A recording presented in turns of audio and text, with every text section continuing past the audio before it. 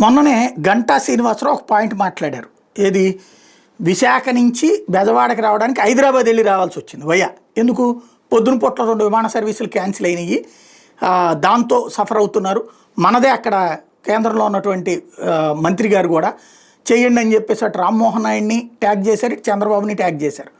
అయితే మనం అంత కోణంలోనే చూసారు. అదేదో గంటా శ్రీనివాసరావు వాస్తవంగా తనకు మంత్రి పదవి రాకపోతే దెబ్బతీసే ప్రయత్నం చేస్తున్నాడు అంటూ కొందరు తెలుగుదేశం వాళ్ళే విమర్శించింది కూడా ఉంది. కానీ ఇప్పుడు భారతీయ జనతా పార్టీకి సంబంధించినటువంటి అక్కడే ఉండేటటువంటి ఇప్పుడు మళ్ళీ ఎమ్మెల్యే గెలిచి ఫ్లోర్ లీడర్ అయినటువంటి రాజుగారు కూడా అదే పాయింట్ మాట్లాడారు. పైగా ఇంకొక కొత్త రహస్యాన్ని పెట్టారు విష్ణుకుమార్ రాజు. ఏమని? విశాఖని వ్యాపారులు పారిశ్రామికవేత్తలు వదిలిపోతున్నారు, లేకపోతే ఖాళీగా ఎందుకుంటే ఖాళీగా ఉండబట్టినే కదా సర్వీసెస్ క్యాన్సిల్ చేసింది. నిండుగా ఉంటే ఎవడన్నా క్యాన్సిల్ చేస్తాడా అంటే అక్కడ జరుగుతున్న పరిణామాల గురించి ఇప్పుడు ఈయన మాట్లాడారు. అదేంటో విందాం.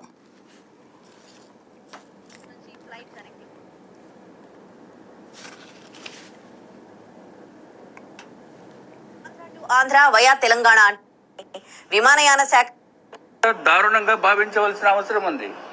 సవతి ప్రేమ చూపిస్తున్నారేమో అనిపిస్తుంది.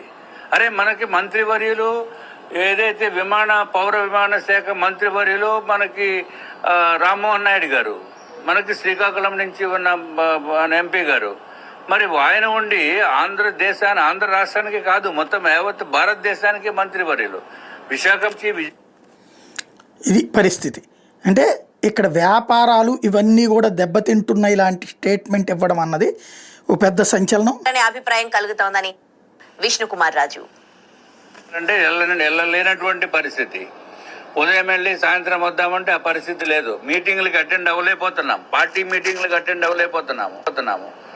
సో అసలు ఇది విశాఖపట్నాన్ని కంప్లీట్గా వదిలేయటం అనేది అత్యంత దారుణంగా భావించవలసిన అవసరం ఉంది. సవతి ప్రేమ ఇది విశాఖని వదిలేశారు, పట్టించుకోవట్లేదు అన్నటువంటి ఫీలింగ్ని ఎక్స్ప్రెస్ చేయడం అనేది సంచలనమైన అంశం.